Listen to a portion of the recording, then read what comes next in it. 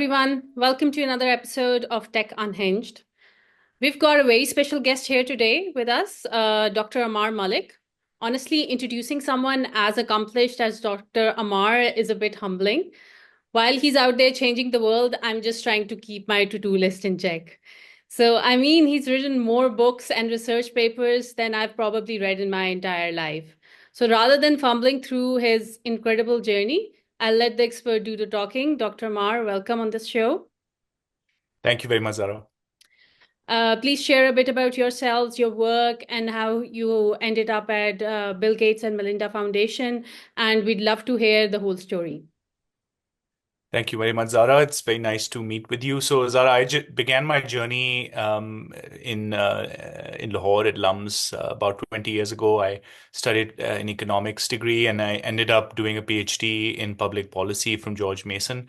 Much of the focus of my research at that time was on cities and urbanization, and I was fascinated by how big interventions from governments like the Lahore Metro Bus project, which was started in 2014, how will that affect different groups in society? So how would men and women and children and families and working class people, how will they benefit from that? And what my research showed me at that time was that the benefits of these interventions are not equally distributed. They're actually quite unequal. And then I went on a quest to try to explore why is it that when governments bring infrastructure to populations, that the underlying inequities between the haves and the have-nots, how does that play out in terms of the benefits of those? So that really became a long-term quest of my career. And ultimately, I ended up working for the last 4 years at a research lab called Aid Data, which is at the College of William and Mary. And we used to produce the biggest, most comprehensive and detailed data set on China's overseas development finance. Because as you know, the Chinese have in the last 10 years in particular built quite a bit of infrastructure all around the world. And the same questions that I was studying for the case of Lahore for my PhD work became relevant in not just our own country, but in many other countries around the world. And today, my position at the Gates Foundation is related to the development financing architecture, which means rich countries giving money to poor countries. How much is flowing?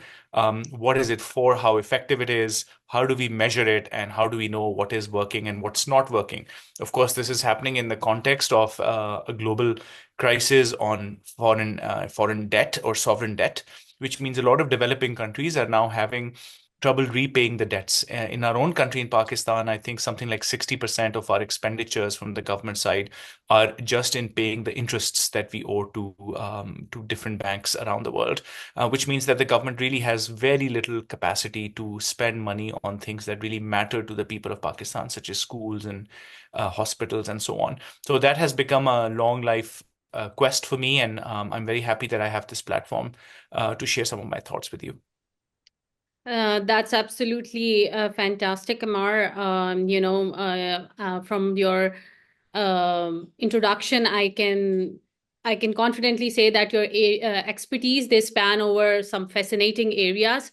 But since today's topic, we are going to focus on foreign aid and how foreign aid can be paired with modern technology, and what is the impact of foreign aid programs being paired with technology. So, can you just give us a bit of insight into how you see technology transforming the way foreign aid programs are being run, delivered, and measured today? So maybe before I answer your question specifically, I can spend a couple of minutes explaining what foreign aid is and why it matters. So as you know, I'll take you back in the 1940s when there was Second World War, which created a lot of devastation, particularly in Europe, but in other theaters as well. In Asia, there was a lot of fighting that took place. Of course, Japan got destroyed. So after that, the United States led the biggest reconstruction ever of Europe called the Marshall Plan. And after that, also, the United States, since it came out as the victor, together with its European allies, set up a whole system of institutions, which we call the Bretton Woods institutions, which includes the International Monetary Fund, which stabilizes economies. And of course, everybody in Pakistan knows what the IMF is, the World Bank, and later the Asian Development Bank and others. The idea was that rich countries, because they have enormous resources and wealth, on the one hand, have technical expertise and the knowledge to help developing countries in Africa, South Asia, Latin America. There was lots of developing countries. In fact, the majority of the world's population lives still in developing countries. That they could help, just like the Americans helped Europe rebuild after the Second World War. The same could be applied through these institutions to the rest of the world.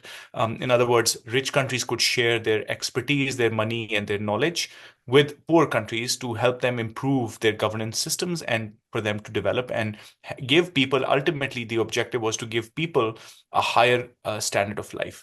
So that created what we know as the foreign aid industry or the foreign aid system, where in the 1950s and 60s, at that time, the richest countries of the world, mostly European countries, but also Japan and Canada and the US, they made a commitment that they would commit 0.7% of their GDP or global national income into foreign aid. So that was a commitment that was made to them based on economics ideas that a certain amount of capital, money has to be transferred into developing countries in order for them to develop.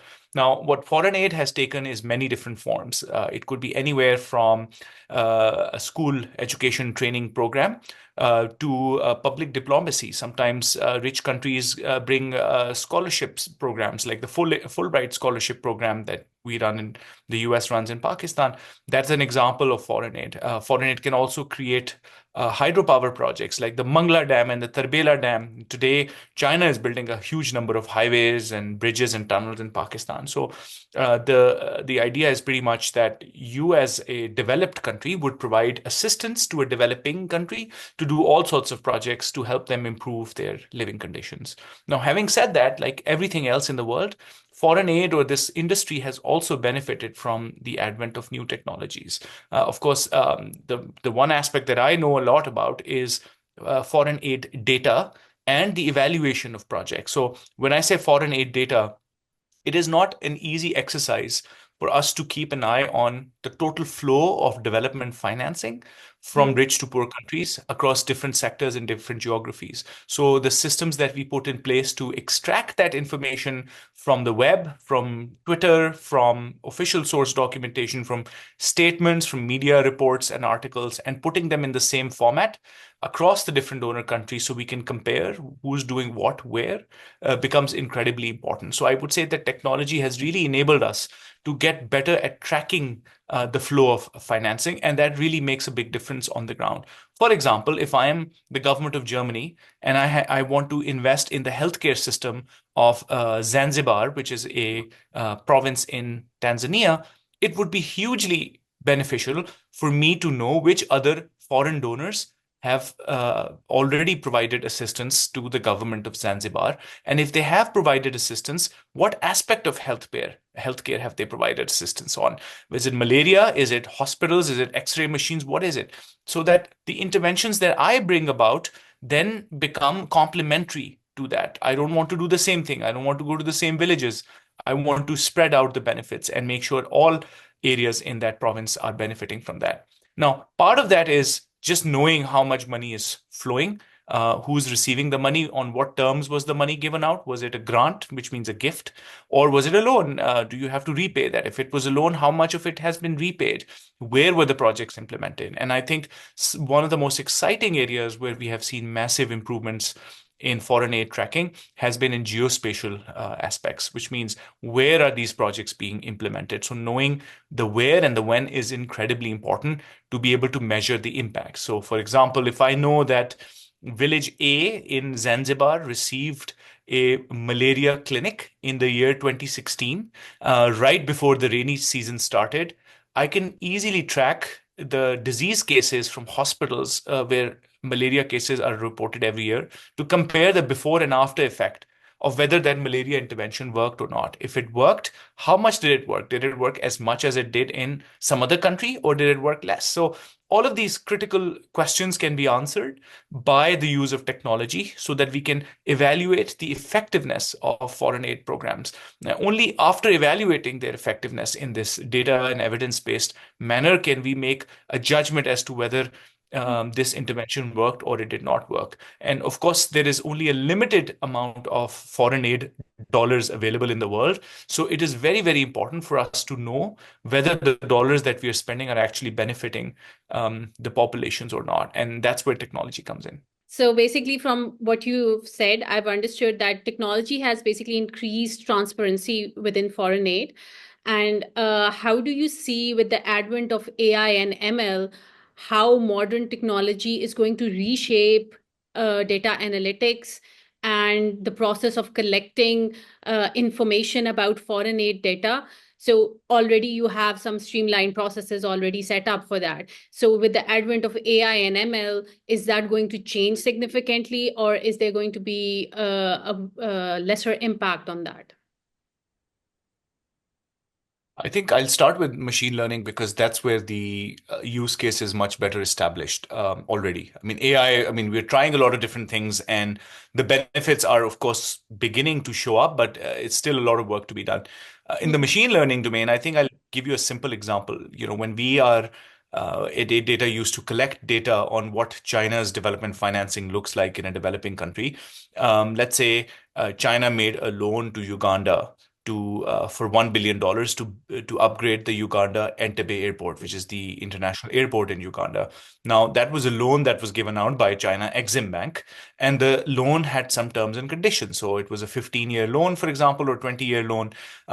Let's say it was a 3.5% interest rate. There was a grace period of 3 years after which payments would be due, and then there would be management fees and these fees and that fee. So we have these data points. Let's say we got our hands on the original loan contract like we did at 8data, and now that loan contract spells out all of these terms and conditions.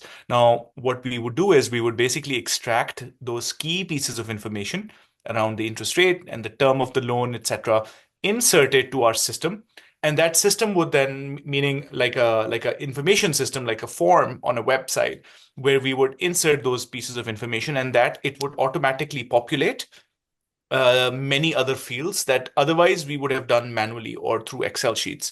That is one very easy case in which like hard coding some formulas can help us complete the collection of data. And then what we did also was we put some data quality assurance checks. So, for example, if the interest rate was 3%, and we know that for this sort of projects, other countries and China have given loans which are always above 6%. And this is somehow at 3%. That would be a flag that would be tagged for a human to go and check.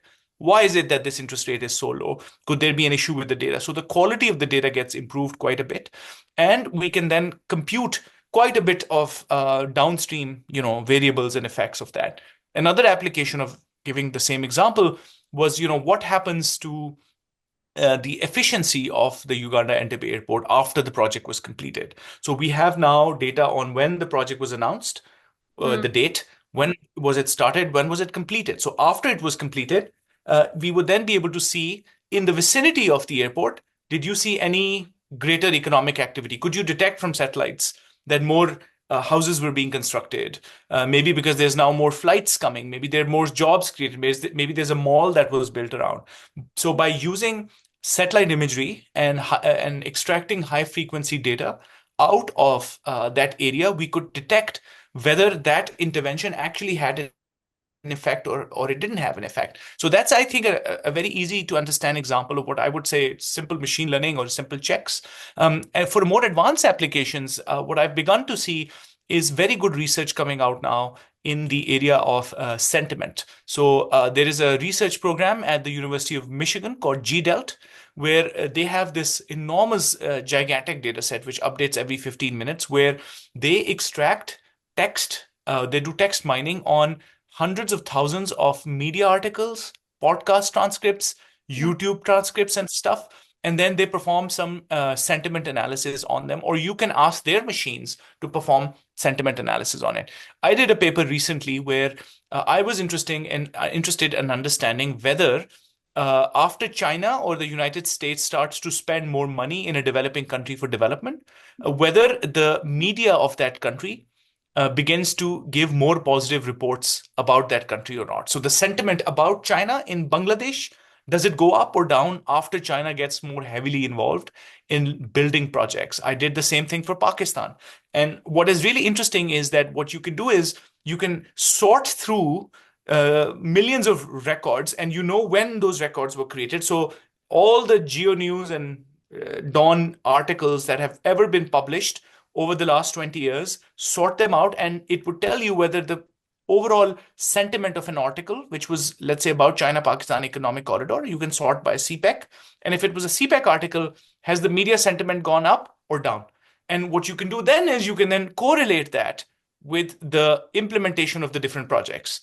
And if you are more sophisticated, you can even try to distinguish between whether this article is related to the Sindh province or a Punjab province. And you can see if the introduction of new projects by China or another power results necessarily in building goodwill for that country in the developing world. So why that matters? It matters because we all know that as much as we like to think that rich countries are benevolent, that they want to do well for you and your country, they are also doing it for their own benefits, right? They want to build goodwill.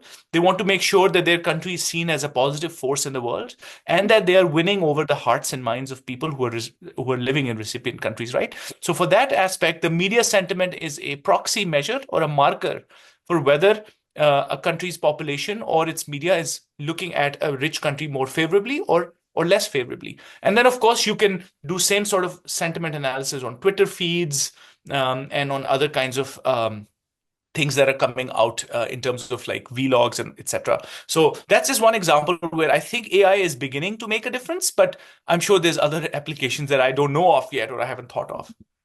So that's pretty interesting. So does sentiment analysis really have an impact on who gets the foreign aid, or if foreign aid gets approved for a particular country or not?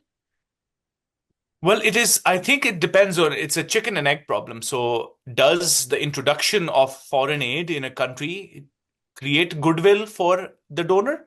Or does the donor only go in those countries where it already has goodwill? I think that's the question. And so what we have found is that in the Belt and Road case, China has literally gone to all developing countries in the world. So it doesn't really matter whether it already had goodwill in a country or not. However, what we have found is that when China begins to get a positive sentiment coming, it doubles down on a country. So it gives more attention to the media. Its embassies try to engage more with the media. They would then fly journalists for training programs to China. And by the way, this is all things that British and American and other European powers have been doing for the last 50, 60 years. So China is not coming up with something new. It's just that it tells you, because I've looked at China very carefully, it tells you that when things start to get better and better, public sentiment and media sentiment improves, then China gets more encouraged and tries to do more and more and more for that country. And the opposite is also true, that when things start to go bad, when the impression is left that China has given us so many loans that we cannot keep up with the payments, etc., then China tends to lay low and let things move on its own. So it's a double-edged sword, but I Mm. definitely see a correlation between media sentiment, public sentiment, and foreign aid. Mhm. So now we've already talked about the impact of AI and ML into, enhancing foreign aid in different ways. So do you also see some gaps there where you think, AI has not yet been leveraged and there are gaps and inefficiencies still present within the system, where we can effectively leverage AI and other advanced technology to sort of overcome that? That's a great point. I think that there is still a lot of underreporting of development flows or financial flows of all sorts. And when I say financial flows, I don't mean just foreign aid. I Mhm. also mean foreign direct investment. I also mean remittances, which is the flow of money from expats who are working overseas into the developing countries. I also mean tax collection in developing countries. So if you think of a country like Pakistan or Bangladesh, for example, the amount of money that is spent on public health is not just spent from the government's own resources, although that should be the main source, which is coming from taxes. It is also spent by foreign aid, private health.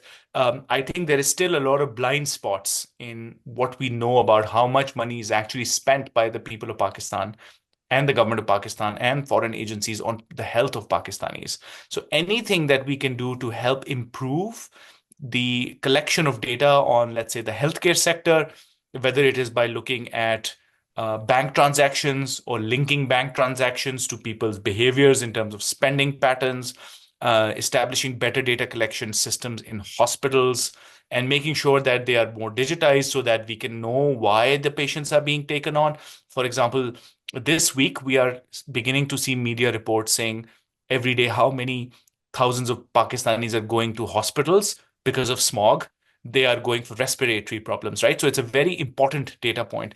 If you don't shine the light on a problem by not looking at the data, you will not see what's happening. So we've had smog every year for the last many years, for the last 20 years. But if we had good data on how many people are being admitted to our hospitals during this season for respiratory problems, and then we can compare it to an average baseline, um, that would be very powerful. So then you can go to rich donors, private foundations, or the WHO and say, look how much economic and human cost this smog is having on the people of Pakistan.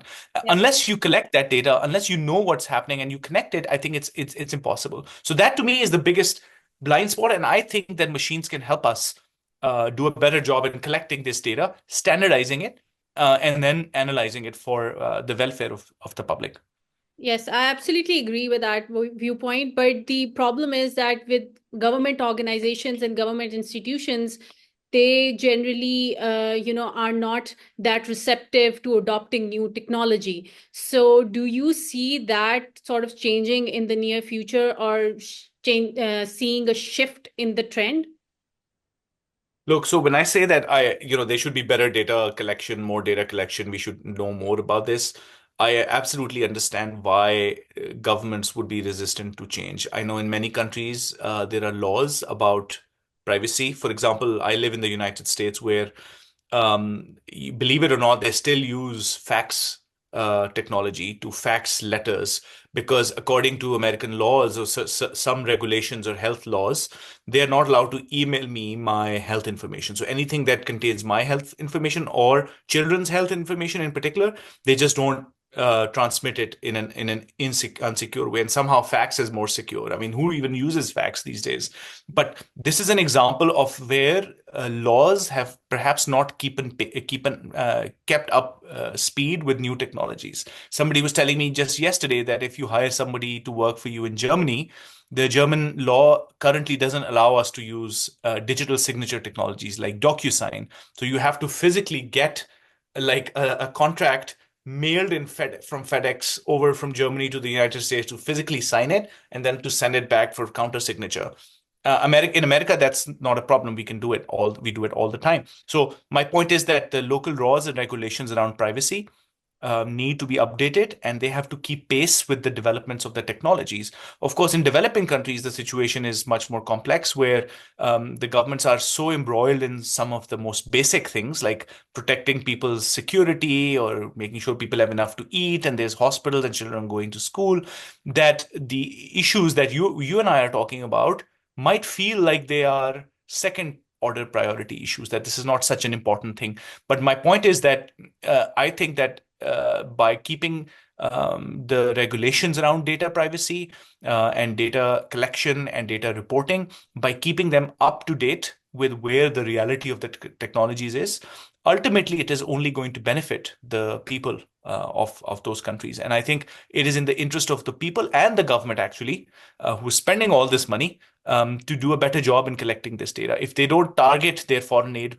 or local aid or foreign aid programs better, then they will waste a lot of the money. And in fact, we have some good examples in our own country with the Benazir Income Support Program. During COVID, there was good targeting of smart lockdowns, etc., where data is being used to improve the efficiency of government functions. I think that there is resistance to change with everything, and with technology, since it's so unknown, there is also a generational problem. People don't like people from a certain generation don't understand these technologies or the benefit from it. I think all of that plays a role in that. But above everything else, I think it's the law that needs to keep up with it. And that means that we have to work with parliamentarians. We have to make sure that there is awareness about the benefits of technologies. And I think what we're doing today by way of a conversation about the benefits of this kind of data collection for the public's welfare, I think is a good starting point. Yeah, thank you, Mar. That was really insightful. So, how do you suggest governments should look or hunt for a vendor or a technology partner? What are the key factors a government should consider in order to find the right fit technology partner for them? That's a good point. I think that I see that a lot of times governments are in developing countries are not very sophisticated in the way that they write out the requirements that they have for projects, which means that if they are going to have some data privacy protection requirements in new technologies, they ought to spell that out fully and transparently at the start. For example, I remember that after Pakistan introduced the smart city technology, or sorry, safe city technology with CCTV cameras in Lahore. It was only 3 or 4 months after the cameras had been turned on that the government realized that they did not have proper protocols around handling of that data. So if the data from a camera captured a crime, under what law or what procedure would Punjab police share that with a court of law? And they had to stop the cameras for a few months and then went back to the Punjab Assembly, got a new law passed. Mhm. They did not think through that, and they had to bring foreign vendors to try to help them build the law and the technology from Europe. So it's an example of where the government did not really think through that. And of course, in selecting the vendors, they also perhaps did not take into consideration that vendors' experience or ability to maintain data standards that they need. I also think that based on what we just discussed today about the need to mine this data for analysis and to do a better job in targeting foreign aid or any projects for that matter, need that data. You have a garbage in, it's you're going to get garbage out. So, but if you have data that is being collected and transformed in ways that are standardized across different projects, I think that could have huge benefits. So I think those would be key considerations for the government. But of course, I know that in reality, cost ends up being a huge part of what they're worrying about. So, before we wrap this up, what would be your suggestion to technology vendors that if they are to secure government projects and if they are to work with organizations that help foreign aid and work on data regarding foreign aid and the financial records regarding that, what are the key things that they should have or implement within their organization to secure such projects in the future, especially for companies Mm. that are located in Asia overall, especially Pakistan and India? Mm. I think you should invest a good amount of time and effort in understanding the data privacy regulations. Mm. Especially this is true for Europe, where EU GDPR is a huge thing. And if you don't know those requirements and you cannot speak that language in even the proposal or with your client meetings, I think it will be very challenging to get good contracts or any contracts, because I think the perception in a lot of developing countries is that companies which are based in developing countries or in countries which don't have such strict laws about privacy, that they are not able to or equipped to do it to meet their standards. And this might be a myth, I don't know, but at least taking the time to understand the government's compulsions and stepping into the shoes of the person who's giving you the contract and understanding what kinds of things must they be going through according to their legal regulatory requirement would be good. And I think the good thing is that at least in Europe and North America, government contracting is fully transparent. By law, the governments are required to share the details of their request for proposals, sometimes even selection criteria, and the evaluation methods that they use to pick their vendors is also in the public domain. So taking some time to figure out the correct data portals where your client agencies have previously shared data on who they picked, why they picked. I think doing that due diligence and then training your staff to be able to speak intelligently about those requirements I think would be great. And of course, the other thing you could always do is you could also partner with vendors who have been successful in doing this, and then that could, in the long term, also help build your company's capacity to be able to get contracts directly from the government on your own without them. So I would say consider that aspect as well. And then, if and when possible, I am a huge fan of open source code sharing and open source data sharing. So whenever it's possible, in whatever format it is possible to share data and code and source code and methods and documentation of the code, I think that would be very, very helpful because, one vendor can take a project that they've done, put it online, and another vendor can build something on it. It would be efficient because you can take chunks of code and reuse it.